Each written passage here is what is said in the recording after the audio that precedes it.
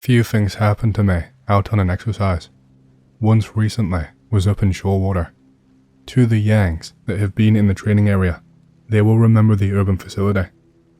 It's a little town, over about half a square kilometer, made out of conex and modified shipping containers, complete with doors, functioning windows, a realistic marketplace, and even a complex sewer system, accessed from various buildings and streets around the facility. Water came up to your knees, full of cane toads, snakes, and even a few eels. Greentext in effect. 2011 Talisman Saber. Enemy party, playing an enemy SF call sign. Chest rig over bomber jacket with baseball cap accessories and all that jazz. Blue Force situation has detected elevated radiation levels coming from sewer. Blue Force mission is to conduct cordon and search of UOTF by night in order to locate possible radiological threat. Night falls. Have a pretty good working relationship with Platoon Sarge. He walks up, tasks me with patrolling the sewer. Wants me to cap as many of them as possible down there and then die in place. I thought we were mates, you dog. Open up trapdoor, climb down ladder, water just below junk at the stage. Pitch black, no NVJ. Sounds of lapping water, toads doing their thing, croaking and shit. Wait on, rifle up. Using Surefire on F88 as a handheld torch. Have a rough idea where I'm going. Reach about the middle of the sewer complex. Big room, shaped like a spider's web. Connecting tunnels, branching off in all directions. Plan was to duck down another tunnel when they start wading through and conduct a fighting withdrawal for a bit before dying. Lean against a wall, switch off light, and close eyes for a bit, listening to the water lapping about. Decide to wait for sound of choppers. They usually chopper insert when raiding the facility. An hour or so passes. Gradually, the noise from toads starts to die off. Water's still lapping about though. Movement around my legs. Flick on light. Metric fucking shit ton of cane toads swimming every which way, trying to climb on me. Raise rifle a bit, look ahead. More toads, literally climbing and swimming over each other to get away from one particular tunnel. What the fuck? Shine light down tunnel. Light disappears into darkness. More what the fuck. Start to hear soft, ragged breathing from the tunnel. Shut off light, close eyes, and open mouth to try and hear better. Ragged breathing continues. Definitely not coming from me. Open eyes. Switch light back on. Breathing turns into hoarse laughter, like a patient with terminal lung cancer. Laughter increases in volume and ferocity. Hear sloshing, as if something is moving down the tunnel. Call out our army's warning that we use when breaching with friendlies nearby. Our lads, and those that have worked with us, will know it. It echoes down the tunnel. Sloshing stops. Silence. Toads still milling around my knees. Suddenly hear the voice of my mate, repeating the warning back up the tunnel. Exhale a pent-up lungful of air. About to answer back and give him a bit of shit when another voice from a different bloke in the platoon repeats the warning. Then another bloke, same warning. Then a different bloke. Then more, all different people, some I don't recognize. Voices get louder. Start overlapping each other, as if they are singing in an out-of-time choir. Start to get a bit worried now. Voices abruptly stop, as if someone cut the cord. Silence again. No movement around my feet now. Quickly shine light down. No toads. Bring rifle up. Shine light down tunnel again. Shape in the light. Sickly wet form stooped down in the tunnel. Body is a writhing mass of tendrils with a set of round yellow eyes that kept shifting place like a chameleon. Freeze for only a millisecond. Blink, not believing the shit. It screams in Sarge's voice. Die in place. I bellow in fright, off safe, and dump a mag of blanks into nothing but air. About to turn and bail down the tunnel I came from. Rapid sloshing water behind me. It's fucking chasing me. Panicking, grunting, screaming, falling over, trying to wade through the fucking water and all the fucked out cane toads. Die in place rings out again. Reach the ladder, grasping, quickly sling gat, and start yelling out to anyone whilst climbing up. The motherfucker grabs my boots and pulls me down. Slams my head into one of the horizontal rungs. Go under the water. Can't see shit. Massive weight pressing down on me, both legs and an arm pinned. Feel repetitive blows around my midsection, like something is trying to punch through the rig. Muffled yells from above the surface. Getting gripped around the throat, can't breathe. Grab clasp knife from pocket with free hand. Start desperately slashing and stabbing at anything I can. Thrust it into something and can't get it loose. Start to black out. Lose grip on my knife. Light from above through the water. Think it's heaven. Weight relinquishes and inverts my knees as it bails off me down the tunnel. Surface gasping. Suck in as much air as I can. Hear panicked voices and mates yelling down. Sound of rapid moving boots on the ladder. Look up to see my mate grabbing the shoulder of my chest rig, trying to pull me towards the ladder. Grab the fucking ladder. Grab on. Climb up as fast as I can behind him. Burst through the trapdoor. Gag a bit. Vomit. Someone unslings my gat, sits me down. Chaos going on. Headlamps and torches everywhere. Bit of yelling. Someone tells someone to fetch the medic. Blood pissing from forehead. Soaked through. Clothes and chest rig shredded. Gasping for air. Looking like a fucking abortion. Did you guys fucking... Mates chime in. We heard your voice, bro. Heard you yelling. When we came near the drain, we heard Sarge tell us to stand down and go to bed. Came from the sewer man. Yeah. We opened it up, shone our lights down, and saw a shape move in the water. Next minute, you surfaced. What the fuck, bro? I take in a few lungfuls of air. Something down there, man. Blank stares. Fucking bunyip, bro. They laugh, call me a shithead, pick me up, dust me off, and we walk back to our connexes. Walk around for a bit. Some people still up and milling around. Decide to try to find out what happened. Apparently, the Blue 4 attack was called off during the night due to OH&S situation in sewer. Nobody knew I was down there. Tried to find Sarge to ask him what the fuck. Politely asked platoon commander where he is. Sarge was tasked at lunchtime with a Jackie run back in Rocky. He's due to return the following morning. Rack out with an assload of questions and bad feelings. Wake up a few hours later. My clasp knife has been placed right in front of my face on my stretcher. Few drops of that stagnant sewer water on the blade. Fuck the sewer at Raspberry Creek. Fuck yourself. I'm gonna green text my Bigfoot story now, because urban scum like you never saw jack shit. Be me, 20, friend 21, and brother 18, summer 2021. Homemade crayfish trap to set at the Snohomish River as we have seen them. Invasive species too, not our native signal crayfish. I love nature, so if we eat them, who cares, right? Brother and I went to scope out the best spot and check for crayfish tracks in the shallow part of the river. It's called Bob Ehrman Wildlife Park, Google Maps it. Been swimming there since we were kids in summers. Dick around, smoke a dart, walking back just at dusk, eating blackberries, and talking about Sasquatch and saber-toothed tigers, because we are nerds, and the place is a big swampy field. The kind you'd imagine to be full of dinosaurs. I'll add a pic for reference. Coming back along the river path, and get spooked by a cough. Some skinny little white fucker, cradling a shotgun case, covered in dirt, is crouched in the blackberry bush. Crack a joke. Oh, thought you were a squatch, you spooked us man. 1,000 yard stares us, says, worse things than Bigfoot out there, and cradles his shotgun. Speed walk the remaining half-mile back to the parking lot, and looking over shoulders. Tell friend that night, and he goes, okay, let's bring knives when we drop the trap then, and we laugh. Now for the Bigfoot part. Be us morons 1 week later.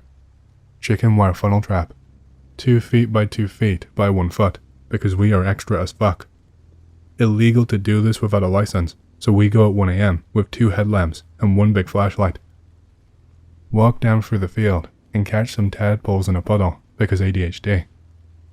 Walk 1.2-ish mile to the crayfish spot. Big rocky area. It's summer, so it's dry. About 150 to 200 feet of river rocks, exposed before water. I keep hearing something moving and stepping at the tree line, but we go, oh, must be coyotes, whatever, right? Brother takes trap into the river. weights to his waist. Anyways, plunk. Huge rock lands about 1.5 to 2 feet from him. Shout what the fuck. Friend points flashlight to opposite bank. Can't see anything, even eye shine. I say, like a moron, it's just the trout jumping, he spooked it. Brother chuckles. He's a stoic guy, 6 foot tall and built. I'm a larper, so I shine my flashlight, scanning the tree line on the other side. Plunk. A big ass rock goes through the edge of the beam. Brother swears and stuffs the trap under a log and runs out. Plunk again. More scrabbling and rocks behind some bushes on our bank. Shining our lights, scanning. We of course all light an American Eagle to calm down and start wandering north up the shore. See a fire maybe a quarter-mile away on some farmland and hear generic country music blasting. Plunk plunk. Rocks landing closer and tracking our movement.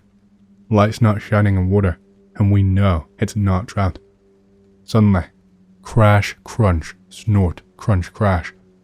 We see the bushes and saplings shake in the other side in vague movement, fast movement. Something big is running. We sprint north to a small fork in the river, which runs north to south. So this fork / creek on the east side is rejoining the main river. Can't see around it in time. Redneck music stops and hear shouting. ATV starts and rolls up, right as we hear distinct, bipedal, slosh slosh slosh through the fork / stream going east. No footprints, right? Clever girl. Redneck shouting, what the fuck was that? Big mofo, eh? Y'all good? We are like, yeah. You boys see what it was doing? It chucked rocks at us.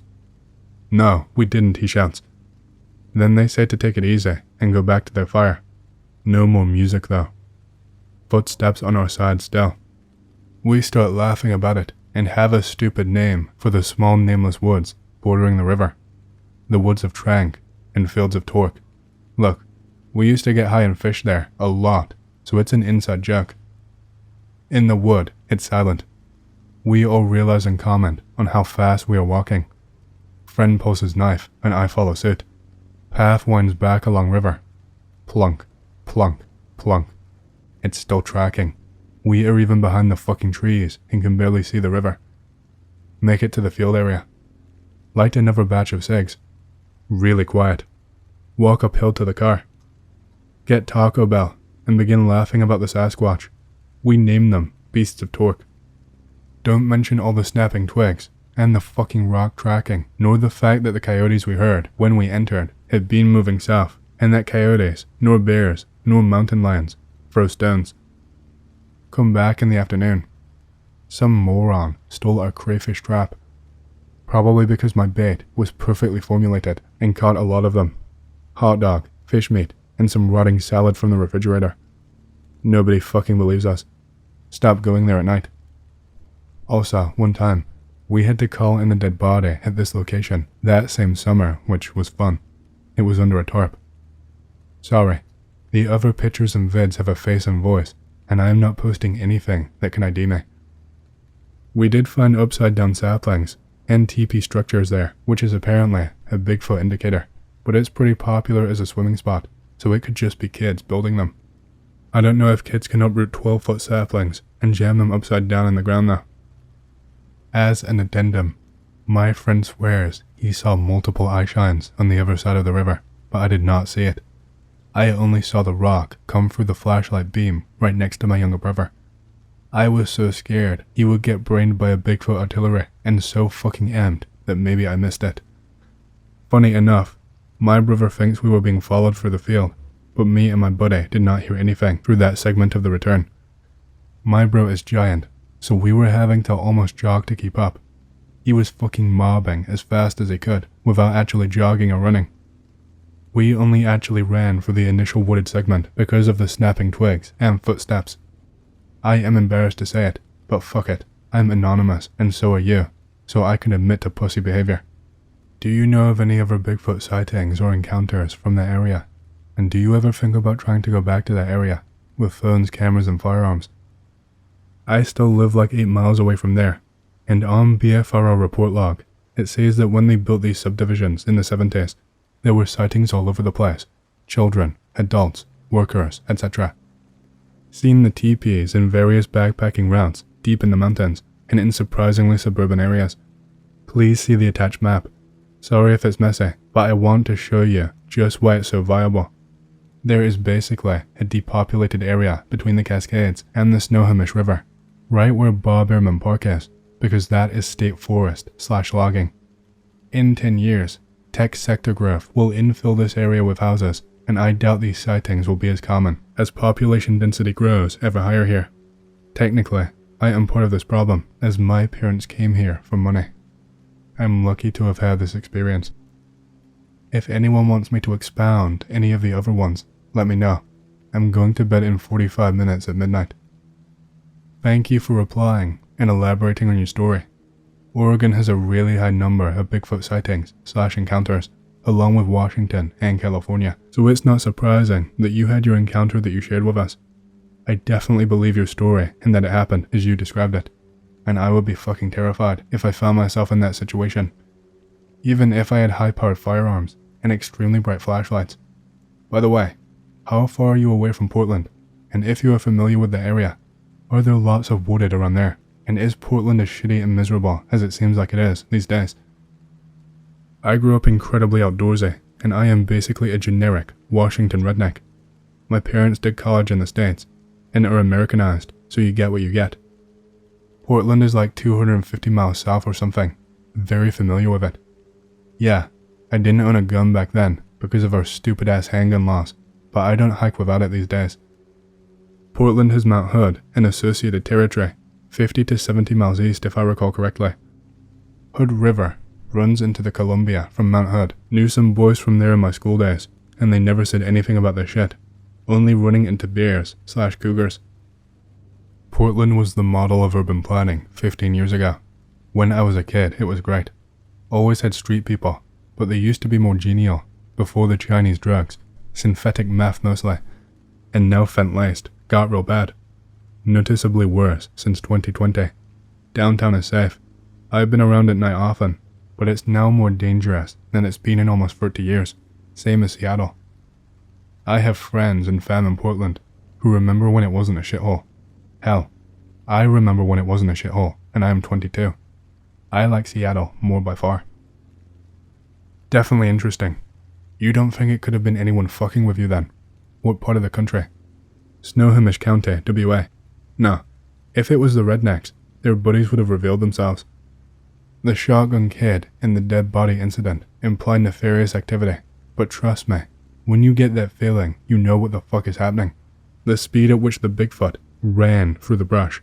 Each stride was giant, and it outran 3 fit young men like us, sprinting full speed, and then it easily ran through the fork around the island, as I implied on my map. The other yellow circles are my hypotheticals, based on the continued rock throwing and footsteps in the woods/field. I guess at least 3, and at most 5. 3 is more likely.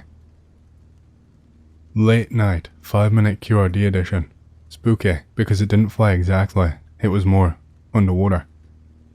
B4 of us, 3 brothers and cousin, camping on beach in the largest island in Puget Sound on 4th of July. Guarantee great view of the fireworks in Holmes Harbor. Big military choppers flying around the Chinooks. Base on the island, so it's a common sight.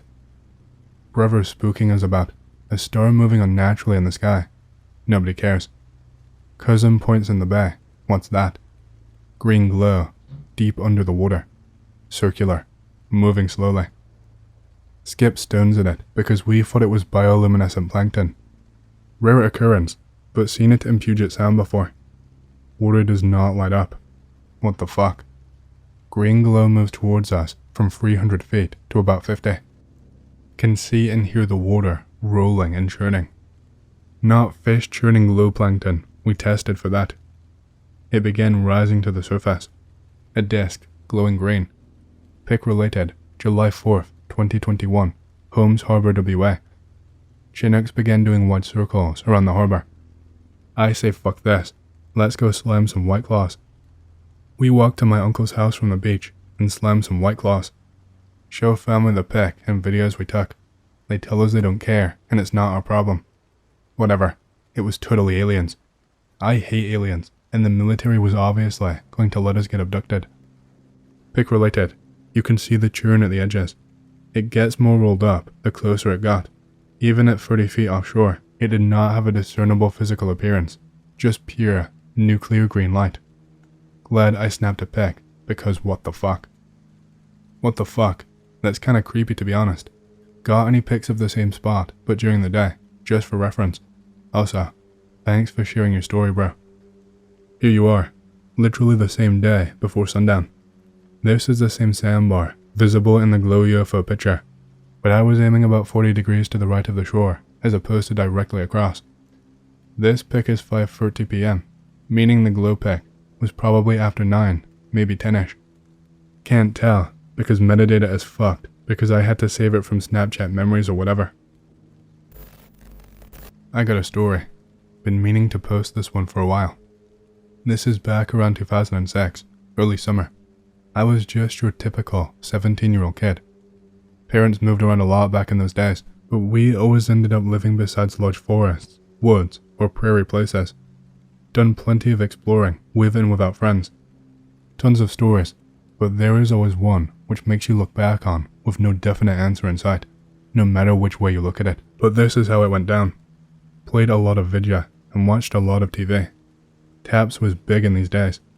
People respected them then, so you can see I was really taken by the whole let's go ghost hunting trend. One of my pictures. Near my house, there is this big urban forest, kind of like NY Park, split into 3 parts.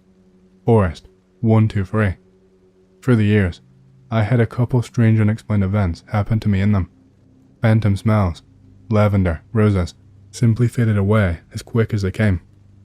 At night, in Forest 2, which had a concrete foundation where probably a house once stood, me and a few friends would see brief bright flashes of light just erupt over our heads with nothing ever there for miles, too close down for planes. It actually lit up the ground around us like if it were a hovering camera flash. Of course, now that I look back on it, it might have been a hunter's camera gadget strapped to a tree or something. That's one guess. Then there was Forest 3, which had a cemetery in it. Caught a ton of EVPs there, chilling ones. Most notable one, I asked, is there a heaven, a hell? Why don't you call for God? And a young woman replied to me in a sad tone, there is no God. So there was some freaky stuff going on there. One day, I woke up early in the morning, 5:30 a.m., between 5. I recently bought this cheap, $70 digital camera from Walmart and was extremely bored with it. So I figured an early walk in the forest should provide me with some unique pictures, which they did if you want to see them. Probably not, but they are all from this day. So I set out, doing the same thing I've done probably 100 times by now. I'm jaywalking down the streets, and after a couple blocks, hit the forest entrance and dive in. And I dive in deep. I spend the next 15 minutes just heading to some known places that I know will give some good snapshots, so I take a quickie snap here, and another quickie snap there, thinking to myself, this is gold, son. All the while forgetting, the whole entire wood is empty, silent, desolate as I had ever seen it before. I usually run into 1 or 2 people by now, either jogging or walking their mutts, but nothing. It's a good day, I say to myself. Let's carry on. So I head to this area called the safe zone. It's simply called that on account that it's wide, expansive, with a little sand dune and a tall tree smack down in the middle of it. So if you're under that tree, you can pretty much see all the paths that string together Forest 1. I'm there, so I decide, let's bam it to the lake. I pick a path from the safe zone and head for it. It is at this time I sense an eerie feeling in the air, like I'm being watched. I ignored it, because at that age, I was not mature enough to the point where everyone learns to trust your gut, feelings, internal ringing alarm bell, whatever. Stay calm and carried. I hit the lake. I am tired from walking like 45 minutes of miles. Sun was out, but casting grey skies with a sudden in and out drizzle between instances. I perk myself against the ledge underneath the cover of some trees, and with a low battery on my camera, just decide to hang out while staring blankly out at this lake. That, to my recollection, was not swamped by a heavy fog or mist not 5 minutes ago. First time I seen the place like this, I tell myself. Then my eyes caught it from the distance. I'm frozen. I see a person draped in this loose sheet, what looked to be a black tarp, just simply spinning, and spinning around in circles in a pond bush of dogtails. His or her arms open widely, as if praising something repeatedly. I'm simply there, being as quiet as I can be, not moving an inch, barely releasing a breath, observing this mad person. This goes on for about 25 seconds, until the spin comes to an abrupt stop. I stare wide-eyed, with thoughts racing in my head. What's going on? What the fuck is this? Should I?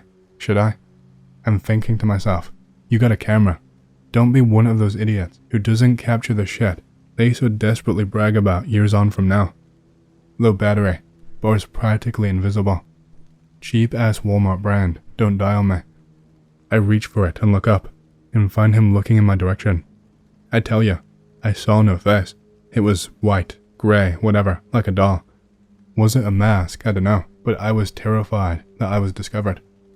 Pim pointed out from my cover. It was far from me, but it still managed to see me in like 4 seconds, so I stare, slack jaw, slowly lifting up my camera. In that moment, he, or it, lifts one white arm out of its tarp and points at him, just pointing at me from a distance, as if doing some ritual jest. Then his arms drop slowly down. You know that scene from Shaun of the Dead where Shaun pushes the zombie chick onto the steel pole and she gets up, while Ed rotates the film reel on his camera? That's what I did. I lifted my camera up. Snap. Another one. Snap. Battery officially dead.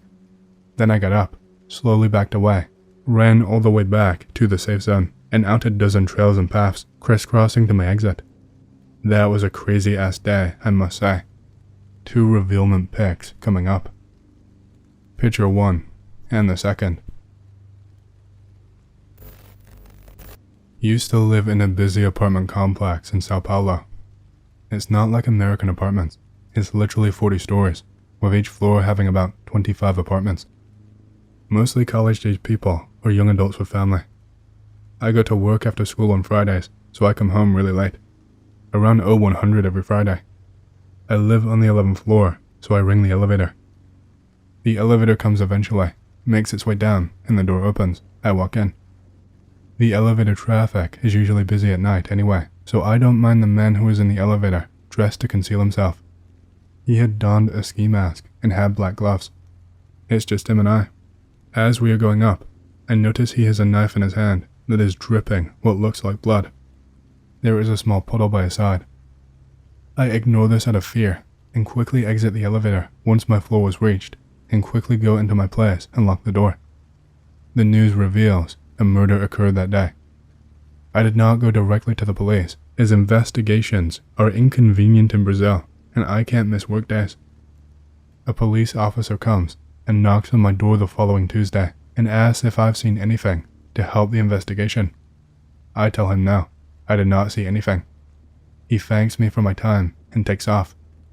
A week later, they televise the suspect has been caught. It's the police officer.